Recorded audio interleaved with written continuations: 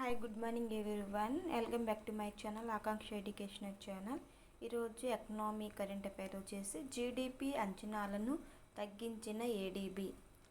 Asia development bank ADB 2026 ఆర్థిక సంవత్సరానికి భారతదేశ జీడిపి వృద్ధి అంచనాలను 6.7% నుంచి 6.5% తగ్గించింది. వాణిజ్య అనిశ్చిత పెరిగిన యుఎస్ఏ సుంకాల వల్ల ఎగుమతులపై, పెట్టుబడులపై ప్రభావం చూపటం దీనికి కారణమని పేర్కొంది.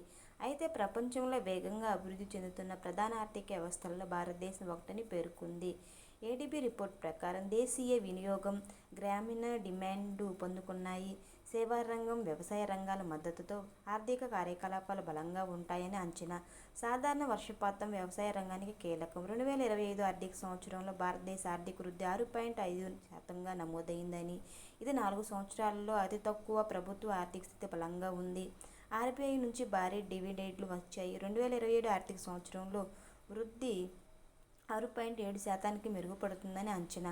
ద్రవ్యోల్బణం తగ్గడం వల్ల ఆర్బీఐ రెపో రేటును 100 బేసిక్ పాయింట్లు తగ్గించనుంది. Thank you for all of you.